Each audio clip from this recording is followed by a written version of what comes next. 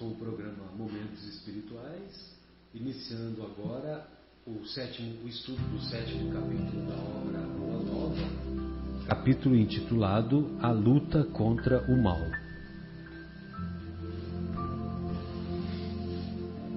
Bem, nesse capítulo da luta contra o mal, então o nosso querido Humberto de Campos assim se expressa: de todas as ocorrências da tarefa apostólica, os encontros do Mestre com os endemoninhados constituíam os fatos que mais impressionavam os discípulos.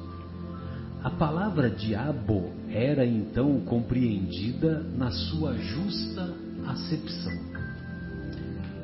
Diabo vem de uma palavra de origem latina, vem de diabolo. Diabolo é aquele que semeia a discórdia. Aquele que semeia a discórdia. Mas, lógico, que ele vai explicar o sentido exato que eles compreendiam.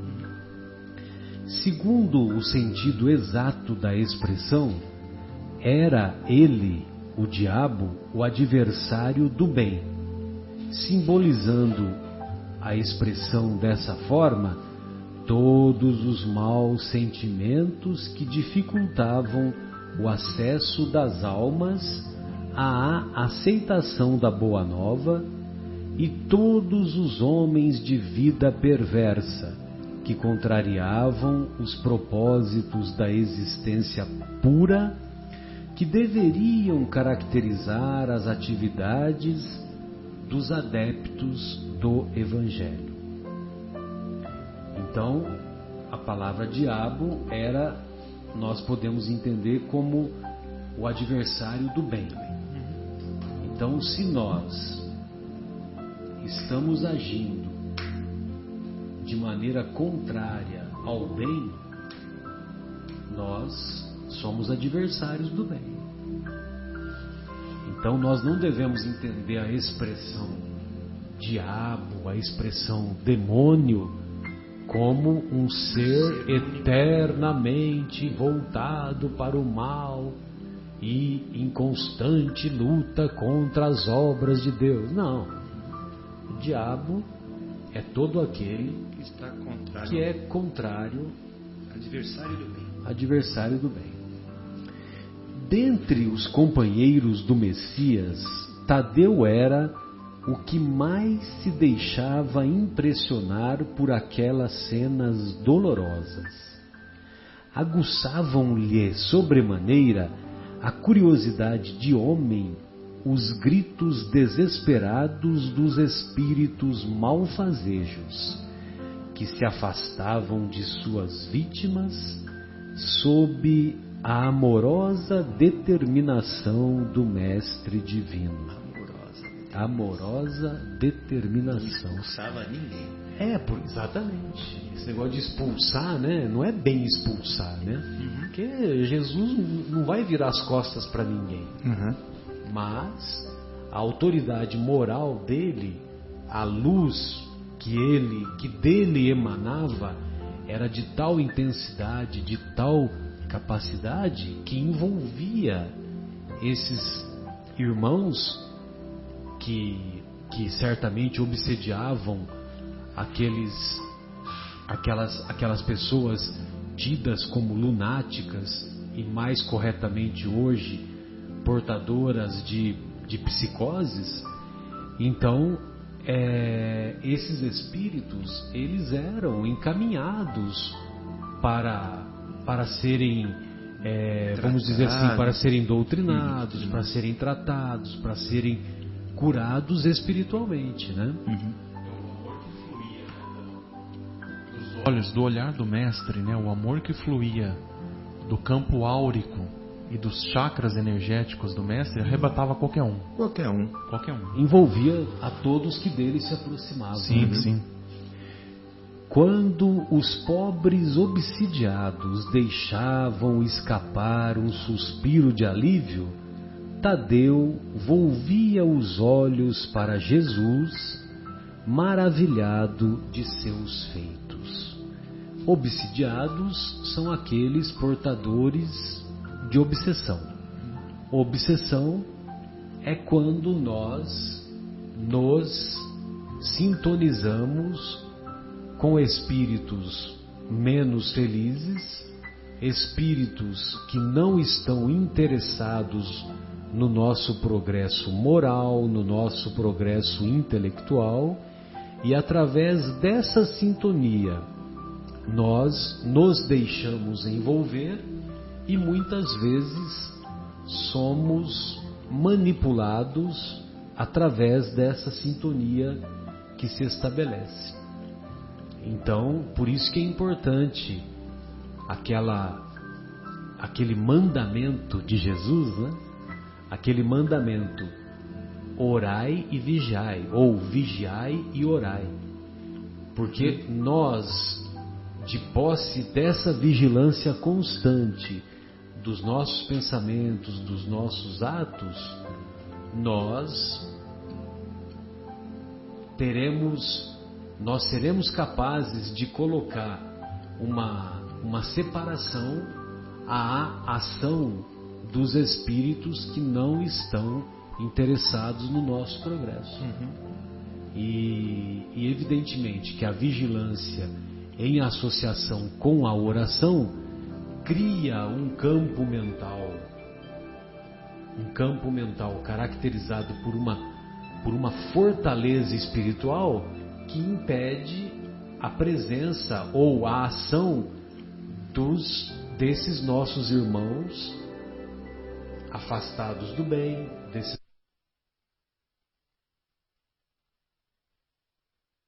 tudo para que nós não estabeleçamos o progresso.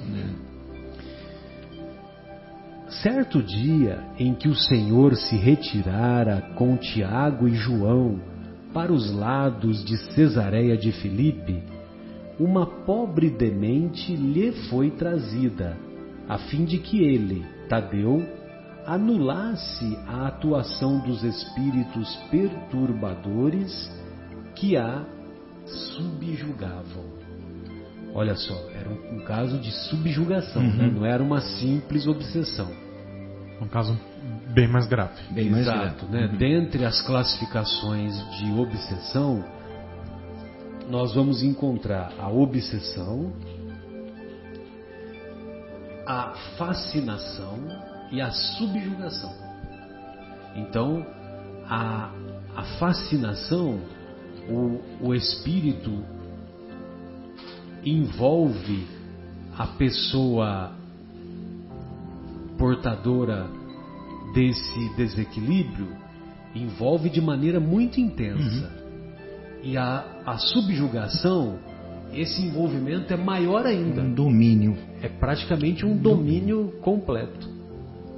Por isso que nós temos que nos esforçar em nos vigiarmos e orarmos com frequência para que nós sejamos capazes de exercer o autodomínio.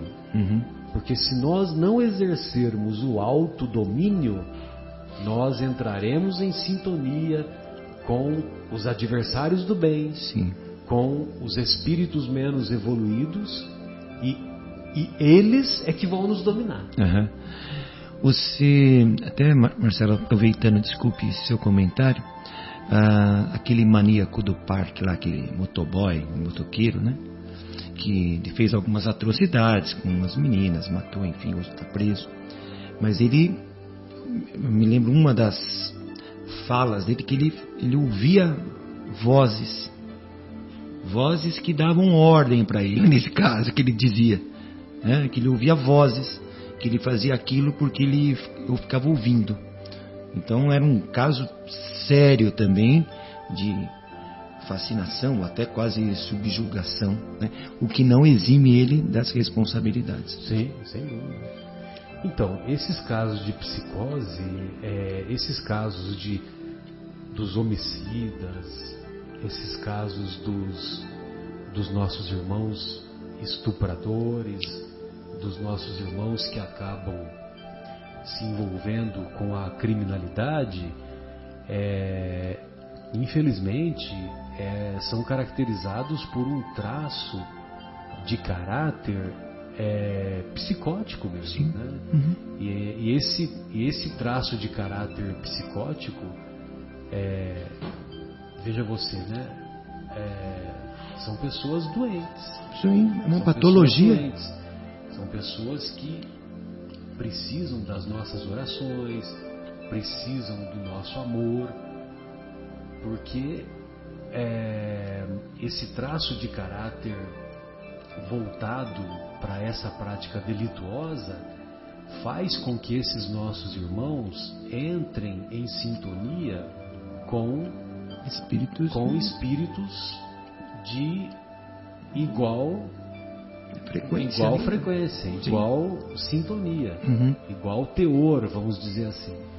E evidentemente que a inspiração é uma inspiração nem um pouco saudável, né? Malsã, vamos dizer assim. E eu sempre me recordo, acho que eu já contei aqui algumas vezes, né? Mas como a audiência é rotativa, no pique, como a audiência é rotativa, tem aquela história do nosso querido Chico, que ele foi visitar uma penitenciária lá nos arredores de Uberaba. Eu não me lembro direito qual local. Eu sei que era perto de Uberaba. Pode até ser que seja na própria cidade de Uberaba, mas mais na periferia que ficava essa penitenciária. E ele foi em uma determinada ocasião acompanhado de alguns amigos, né? E dentre esses amigos tinha uma senhora. E essa senhora, depois que eles entraram lá na penitenciária, que ele visitou os presos, tal, já se despedindo, né? Essa senhora perguntou para o Chico: e aí, Chico, você está vendo muitos obsessores aqui? Né? Crente que ele ia falar: nossa, tem um monte aqui, tem um monte de obsessores aqui. Sabe o que ele respondeu? Não, eu estou vendo um monte de mães aqui. Estou vendo um monte de mães. De mães. Mas como mães? As mães que estão aqui, auxiliando, orando pelos nossos irmãos que estão aqui na cadeia, inspirando bons pensamentos para que eles se arrependam, para que eles reconstruam as suas vidas. Porque os obsessores já conseguiram o que eles queriam. Eles queriam que os nossos irmãos fossem para a cadeia, ou se matassem, ou cometessem mais crimes. Então os obsessores já conseguiram o que eles queriam. Ele está aqui na cadeia. Os nossos irmãos estão aqui na cadeia. Olha que interessante. Agora, o que eu vejo aqui são mães. Então, diante de pessoas doentes, de pessoas portadoras dessas patologias psiquiátricas de difícil complexidade, difícil tratamento, e que evidentemente que uma encarnação só não será possível para que essas pessoas sejam curadas, diante desses nossos irmãos, o que nós temos que fazer é amá-los. Diante dos doentes, orar, o que Jesus fazia? Jesus amava os doentes. Por isso que ele falava uma amorosa determinação, né? Exatamente. Amorosa determinação. Um pouquinho adiante, né? Bem, então, dando continuidade, o Tadeu foi levado àquela senhora, né? Para que o Tadeu anulasse a atuação dos espíritos perturbadores. Entretanto, apesar de todos os esforços de sua boa vontade, Tadeu não conseguiu modificar a situação. Somente no dia imediato, ao anoitecer, na presença confortadora do Messias, foi possível à infeliz dementada recuperar o senso de si mesma. Observando o fato, Tadeu caiu em sério e profundo cismar. Por que razão o mestre não lhes transmitia automaticamente o poder de expulsar os demônios malfazejos para que pudessem dominar os adversários da causa divina? Se era tão fácil a Jesus a cura integral dos endemoninhados, por que motivo não provocava ele de vez a aproximação geral de todos os inimigos da luz, a fim de que, pela sua autoridade, fossem definitivamente convertidos ao reino de Deus? Com o cérebro torturado por graves cogitações e sonhando possibilidades maravilhosas para que cessassem todos os combates entre os ensinamentos do Evangelho e os seus inimigos, o discípulo inquieto procurou avistar-se particularmente com o Senhor, de modo a expor-lhe com humildade suas ideias íntimas.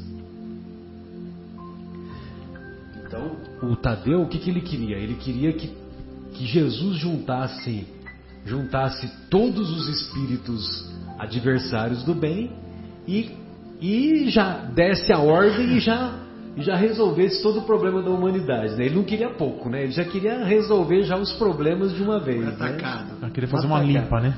Fazer uma limpa, vamos dizer assim.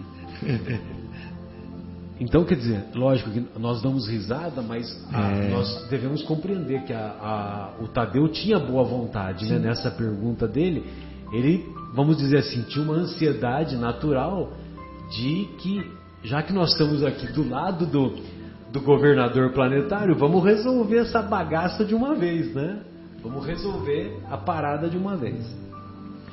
Numa noite tranquila, depois de lhe escutar as ponderações, perguntou-lhe Jesus em tom austero: Tadeu, qual o principal objetivo das atividades de tua vida? Nós já paramos para responder essa pergunta do mestre? Nossa. Marcos, qual o principal objetivo das atividades de tua vida? Leandro, nossa, qual o principal objetivo das atividades da tua vida?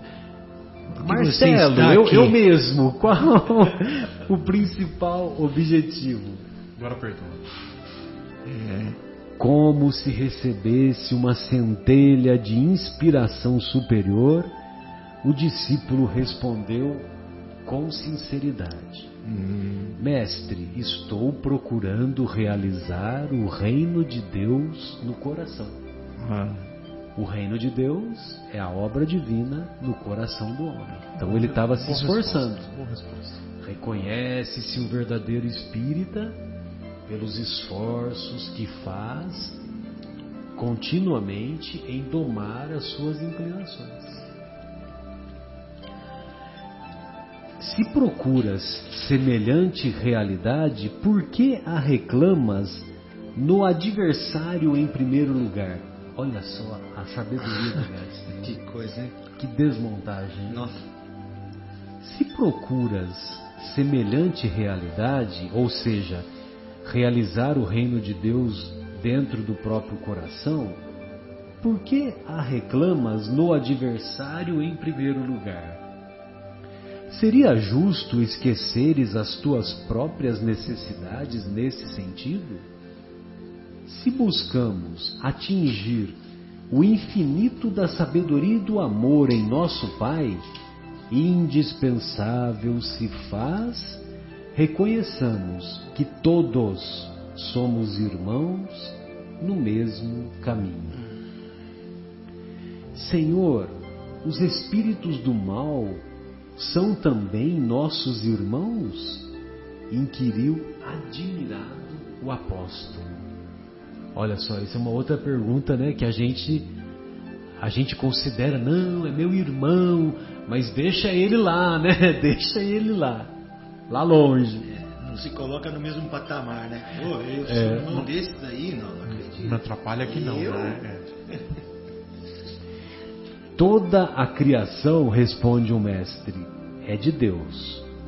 Os que vestem a túnica do mal envergarão um dia a túnica da redenção pelo bem. Olha só que bonito, né? Os que vestem a túnica do mal envergarão um dia a túnica da redenção pelo bem.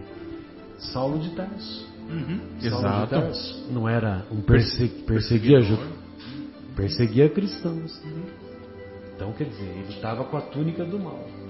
Aí depois ele colocou a túnica humilde do tecelão e se transformou no grande Paulo de Tarso. Acaso poderias duvidar disso? O discípulo do Evangelho não combate propriamente o seu irmão, como Deus nunca entra em luta com seus filhos. Aquele apenas combate toda manifestação de ignorância, como o pai que trabalha incessantemente pela vitória do seu amor junto da humanidade inteira. Então, o discípulo, aquele que se diz seguidor de Jesus, dos ensinos de Jesus, ele não vai combater o irmão desajustado. Ele apenas combate a manifestação de ignorância, como o pai que trabalha sem parar pela vitória do seu amor junto da humanidade inteira.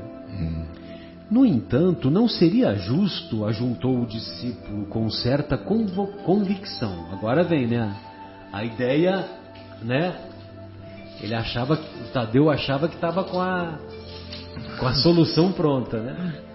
Não seria justo convocarmos todos os gênios malfazejos para que se convertessem à verdade dos céus? O mestre, sem se surpreender com essa observação, disse: por que motivo não procede Deus assim? Porventura, teríamos nós uma substância de amor mais sublime e mais forte que a substância de amor do seu coração paternal? Tadeu, jamais esqueçamos o bom combate. Se alguém te convoca ao trabalho ingrato da má semente, não desdenhes, não menospreze a boa luta pela vitória do bem, encarando qualquer posição difícil como oportunidade sagrada para revelares a tua fidelidade a Deus. Abraça sempre o teu irmão. Se o adversário do reino te provoca ao esclarecimento de toda a verdade, não desprezes a hora de trabalhar pelo triunfo da luz, mas segue o teu caminho no mundo atento aos teus próprios deveres, pois não nos consta que Deus abandonasse as suas atividades divinas para impor a renovação moral dos filhos ingratos que se rebelaram na sua casa. Se o mundo parece povoar-se de sombras, é preciso reconhecer que as leis de Deus são sempre as mesmas em todas as latitudes da vida. Então a gente tem que aproveitar essas oportunidades que temos quando somos chamados a dar o testemunho, a oportunidade de mostrar esse bom combate, de mostrar o esforço próprio e diante dos desafios que a vida a todos nos propõe, é nessa hora dos desafios que devemos mostrar a nossa paciência, a coragem, a resignação, a fé. Você lembrou do prefácio, né? Lembrei do prefácio, porque o prefácio do Evangelho segundo o Espiritismo, mas qual trechinho? Pode falar. Não, até o prefácio quase como um todo, o Espírito da Verdade, né? Que diz assim que são os Espíritos do Senhor são as virtudes dos céus, como um imenso exército que se movimenta ao receber a ordem de comando, espalhando-se sobre toda a face da terra, semelhante às estrelas cadentes, vem iluminar o caminho e abrir os olhos dos cegos. E eu vos digo em verdade que são chegados os tempos em que todas as coisas devem ser restabelecidas no seu verdadeiro sentido, para dissipar as trevas, confundir os orgulhosos e glorificar os justos. As grandes vozes dos céus ressoam como um toque de trombeta e os coros dos anjos se reúnem. Homens, nós vos convidamos ao divino concerto, que as vossas mãos tomem a lira e as vossas vozes se unam. No hino sagrado se estendam e vibrem a um extremo do universo ao outro. Homens, irmãos amados, estamos junto de vós. Amai-vos também uns aos outros e dizei do fundo do vosso coração, fazendo a vontade do Pai que está no céu, Senhor, Senhor, e podereis entrar no reino dos céus. É legal esse prefácio, né? Porque ele convida a justamente isso aqui, né? Que está aqui no texto, né? Convida a você ir à luta, né? E sei lá, combater o mal, né? Exato. Nesse sentido.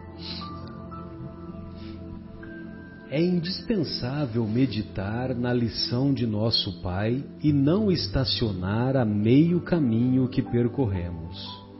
Os inimigos do reino se empenham em batalhas sangrentas? Não esqueças o teu próprio trabalho. Padecem no inferno das ambições desmedidas? Então agora Jesus está dando as orientações, né? Eu vou reler aqui, porque senão ficou meio sem sentido. É indispensável meditar na lição de nosso Pai e não ficar parado no meio do caminho, certo? Os inimigos do reino de Deus se empenham em batalhas sangrentas. Então os nossos inimigos, eles impõem essas batalhas sangrentas. Então o que nós devemos fazer? Não esqueças o teu próprio trabalho. Cuida da sua obrigação. Padecem no inferno das ambições desmedidas. Os inimigos, eles ficam voltados para o cumprimento das suas ambições. Nós de nossa parte devemos fazer o contrário. Caminha para Deus. Lançam a perseguição contra a verdade? Tens contigo a verdade divina que o mundo não te poderá roubar nunca. Ou seja, se você é portador de conhecimento e das virtudes morais que você já adquiriu, isso já é o seu bem. Isso já pertence ao seu patrimônio íntimo. Então ninguém vai tirar isso de você, né? Então é isso que a gente tem que estar atento, né? Os grandes patrimônios da vida não pertencem às forças da terra, mas pertencem às forças do céu. O homem que dominasse o mundo inteiro com a sua força teria de quebrar a sua espada sangrenta ante os direitos inflexíveis da morte. E, além desta vida, ninguém te perguntará pelas obrigações que tocam a Deus, mas unicamente pelo mundo interior que te pertence a ti mesmo, sob as vistas amoráveis de nosso Pai. Então, quando nós chegarmos lá no mundo espiritual, ninguém vai perguntar pelas obrigações que cabem a Deus cumprir, mas vai perguntar se você, quando você saiu do túmulo, se você saiu melhor do que quando chegou no berço. Entendeu? Se você teve essa transformação íntima para melhor. É o famoso, pois não, Leandro? É o famoso chegar ao túmulo melhor do que quando chegou no berço, né? Exatamente. Que diríamos de um rei justo e sábio que perguntasse a um só de seus súditos pela justiça e pela sabedoria do reino inteiro? Entretanto, é natural que o súdito seja inquirido acerca dos trabalhos que lhe foram confiados, no plano geral, sendo também justo se lhe pergunte pelo que foi feito de seus pais, de sua companheira, de seus filhos e irmãos. Andas assim tão esquecido desses problemas fáceis e singelos? Aceita a luta sempre que fores julgado digno dela, e não te esqueças, em todas as circunstâncias, de que construir é sempre melhor. Então, ninguém vai perguntar para nós darmos conta do que foi feito de todos os moradores de Vinhedo, mas vão perguntar para nós se nós cumprimos a missão que nos foi confiada. Se nós cumprimos, se nós nos tornamos uma pessoa melhor, se nós adquirimos conhecimento, se nós adquirimos virtudes morais, se nós fizemos boas coisas para os nossos que convivemos no dia a dia, os nossos pais, os nossos familiares, os nossos filhos, a nossa esposa, o nosso cônjuge, melhor dizendo. Sim, sim, isso mesmo. Tadeu contemplou o mestre tomado de profunda admiração. Seus esclarecimentos lhe caíam no espírito como gotas imensas de uma nova luz. Senhor, disse ele, vossos raciocínios me iluminam o coração, mas terei errado externando meus sentimentos de piedade pelos espíritos malfazejos? Não devemos então convocá-los ao bom caminho?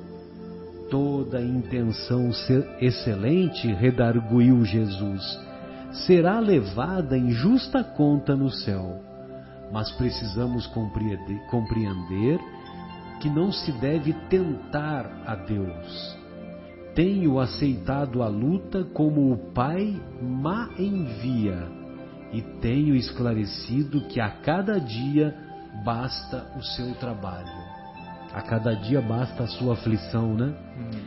Nunca reuni o colégio dos meus companheiros para provocar as manifestações dos que se comprazem na treva.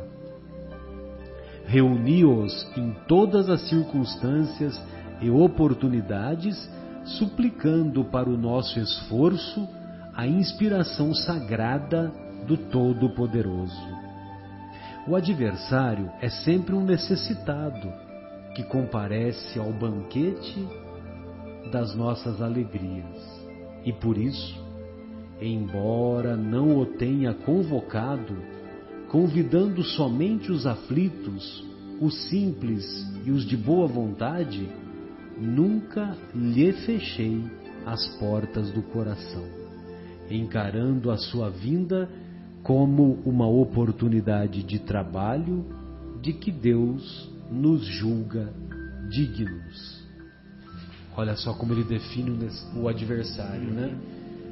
O adversário é sempre um necessitado que comparece ao banquete das nossas alegrias e, embora não o tenha convocado, convidando somente os aflitos, os simples e os de boa vontade, nunca lhe fechei as portas do coração. Jesus sempre estende mãos generosas em quaisquer circunstâncias para qualquer pessoa. Nunca fechou as portas do coração. E nunca vai fechar. E nunca vai fechar, bem lembrado. O apóstolo humilde sorriu, saciado em sua fome de conhecimento, porém acrescentou, preocupado com a impossibilidade em que se via de atender de maneira eficaz à vítima que o procurara. Senhor, vossas palavras são sempre sábias Entretanto, de que necessitarei para afastar as entidades da sombra quando o seu império se estabeleça nas almas? Voltamos assim ao início das nossas explicações. Olha só a sabedoria do mestre, né? Você vê que ele começou por causa de que o Tadeu não tinha conseguido encaminhar, orientar aquele espírito da mulher lunática. E aí depois que ele deu essa explicação, que apaziguou o coração dele, aí agora ele vai dar a orientação, né? Voltamos assim ao início das nossas explicações, pois para isso necessitas da edificação do reino no âmago, profundamente no teu espírito, sendo este o objetivo de tua vida. Só a luz do amor divino é bastante forte para converter uma alma à verdade. Já vistes algum contendor da terra convencer-se sinceramente tão só pela força das palavras do mundo? As dissertações filosóficas não constituem toda a realização. Elas podem ser um recurso fácil da indiferença ou uma túnica brilhante, acobertando penosas necessidades. O reino de Deus, porém, é a edificação divina da luz, e a luz ilumina, dispensando os longos discursos. Capacita-te de que ninguém pode dar a outrem aquilo que ainda não possua no coração. Vai, trabalha sem cessar pela tua grande vitória. Zela por ti e ama o teu próximo, sem esqueceres que Deus cuida de todos. Ai, que lindo. Sensacional, né? Nossa, muito de arrepiar. De arrepiar. Ele ainda não estava preparado. Exatamente. Então, Jesus deixa claro, né? Olha, você está no caminho cuida certo. primeiro de você, você tem que se tornar uma pessoa melhor, encha o teu coração, deixa o seu coração repleto de amor, repleto de perdão, repleto das virtudes morais, adquira conhecimento, e aí sim você vai estar capacitado naturalmente para iluminar, através da sua iluminação íntima, você vai iluminar, ou seja, você vai fazer o que eu faço, né? Você vai iluminar aquelas pessoas que cruzarem o teu caminho. E ele fala, sendo este o objetivo da sua vida. Quando ele falou que o objetivo lá no início. Esse é o objetivo da sua vida, então faça isso. Mas do fundo da sua alma, né? Fala para ele, nossa, que coisa, que lição. Essa obra realmente é incomparável. Tadeu guardou os esclarecimentos de Jesus para retirar de sua substância o mais elevado proveito no futuro. No dia seguinte, desejando destacar perante a comunidade dos seus seguidores a necessidade de cada qual se atirar ao esforço silencioso pela sua própria edificação evangélica, o mestre esclareceu com seus apólogos singelos como se encontra dentro da narrativa de Lucas. Quando o espírito imundo sai do homem, anda por lugares áridos, procurando, e não o achando, diz: voltarei para a casa donde saí. E, ao chegar, acha-a varrida e adornada. Depois vai e leva consigo mais 7 espíritos piores do que ele, que ali entram e habitam, e o último estado daquele homem fica sendo pior do que o primeiro. É que é assim, imagine você Jesus encaminhou os espíritos que obsediavam algumas das personagens que ele curou, né? Então, essas personagens, essas pessoas, os espíritos que estavam obsediando, eles foram afastados. Só que aqueles obsediados, eles não vigiaram, não oraram. E o que acontece tempos depois? Volta. Os espíritos menos elevados voltam para casa, né? Voltam para aquele espírito e encontra tudo limpinho. E como está tudo limpinho, aí que eles ficam. Aí ele chama mais meia dúzia. Chama mais meia dúzia, né? E vão ocupar pelo processo da sintonia, vão estabelecer uma nova obsessão e uma obsessão pior ainda do que a primeira, mais grave. Por isso que ele fala, né? E o último estado daquele homem fica sendo pior do que o que aconteceu anteriormente. Diferente da nossa querida Maria Madalena, que vocês se recordam que Jesus, olha só que interessante, né? Jesus expulsou 7 demônios, 7 espíritos obsessores, né? Vamos trocar as palavras, a palavra demônios por espíritos obsessores.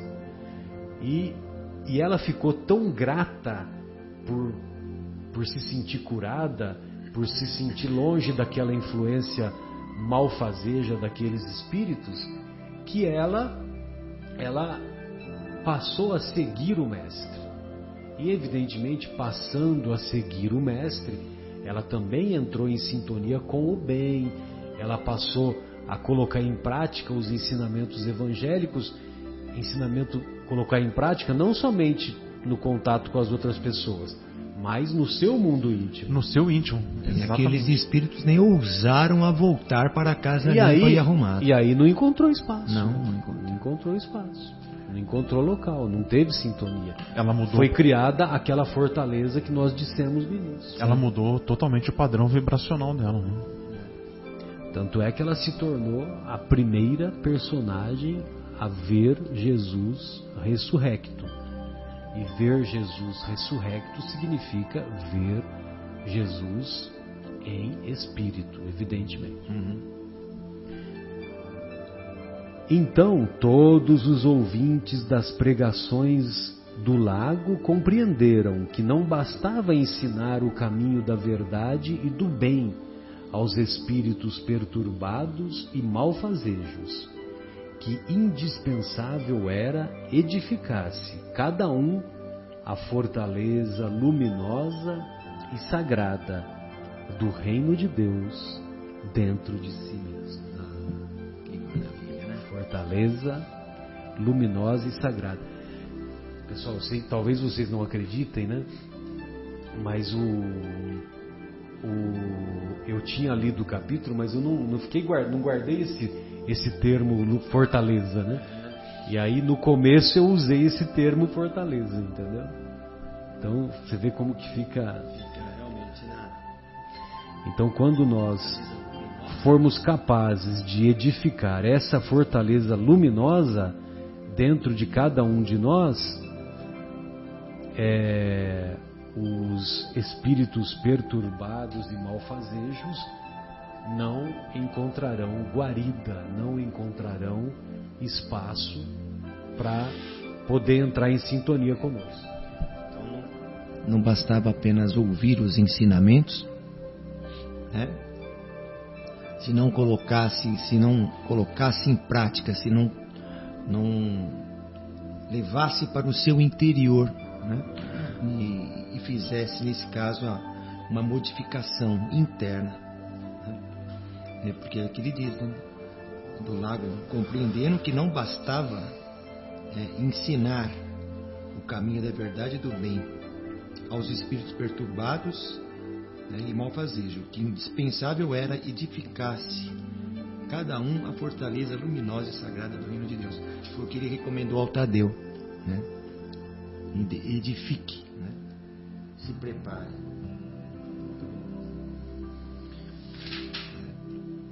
Leandro, você gostaria de fazer mais algum comentário? Marcos? O interessante disso tudo, na verdade, né, que lendo os ensinamentos do mestre aqui pro nosso querido Tadeu, é que não é nada difícil, tá tudo na nossa mão, né? Transferindo para nossa realidade aqui, pro nosso tempo atual, digamos assim, tá tudo na nossa mão. Né? Não tem muito, não é um esforço. A gente vai assim, nossa, é um esforço hercúleo que a gente tem que fazer. Não. É pequeno, até citado, né? Falta vontade, falta esforço, né? Falta vontade. É a bendita questão 909, né? Eu até fico impressionado porque toda semana a gente fala, né? Mas ela é até uma vergonha isso para nós, né? Se nós citamos é porque nós não estamos fazendo nada. Sim.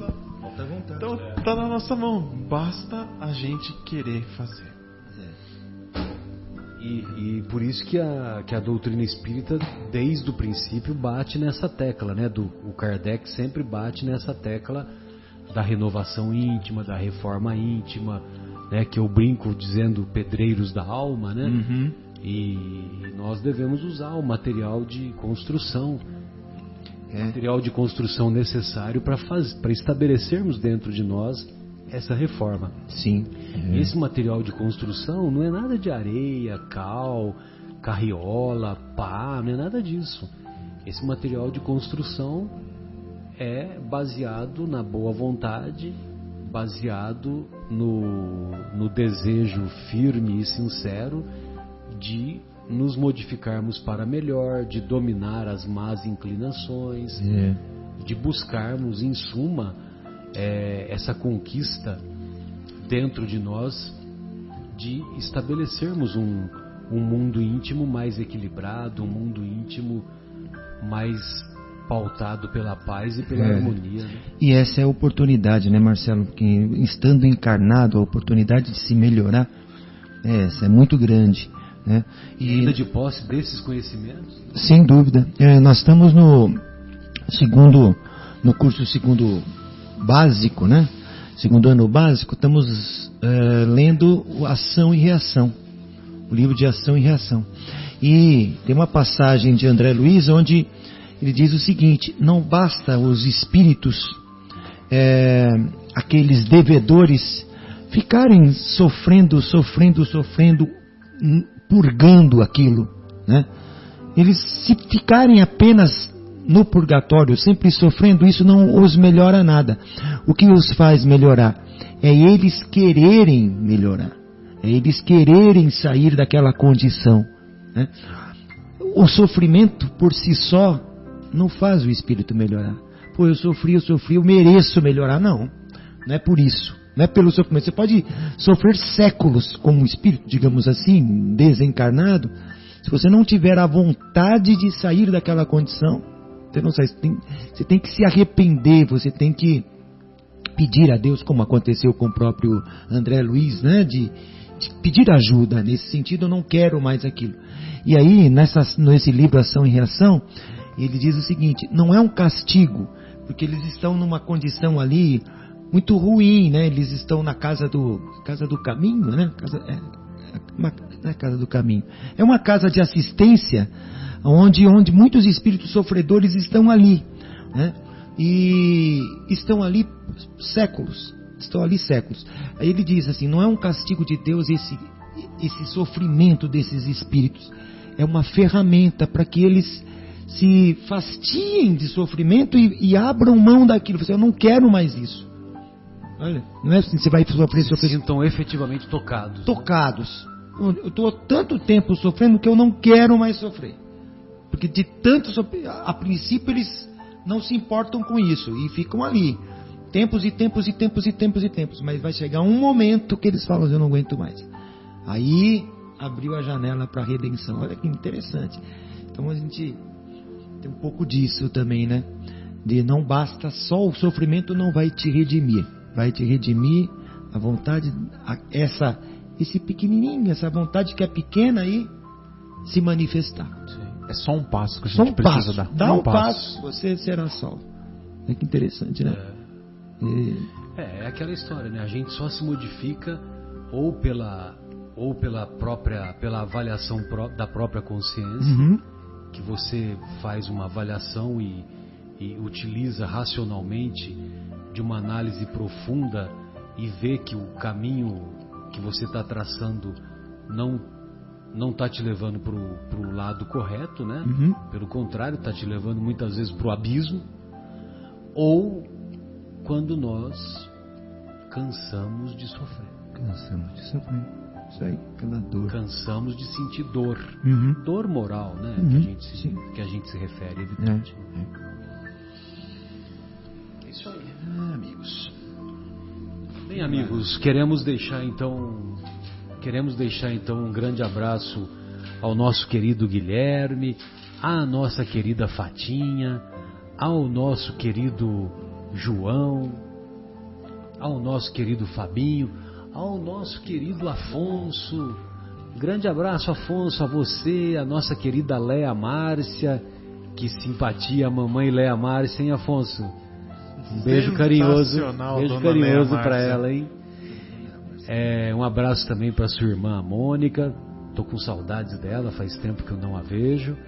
E desejamos que todos tenhamos uma semana produtiva e que esses conceitos que aqui foram expostos, que aqui foram estudados, que aqui foram desenvolvidos sobretudo pelo amparo do Mestre, possam ser úteis aos corações que nos ouviram e que nos ouvirão em qualquer tempo nas redes sociais. Obrigado, Senhor, pelas redes sociais, pela internet que está fazendo uma revolução no nosso planeta, né?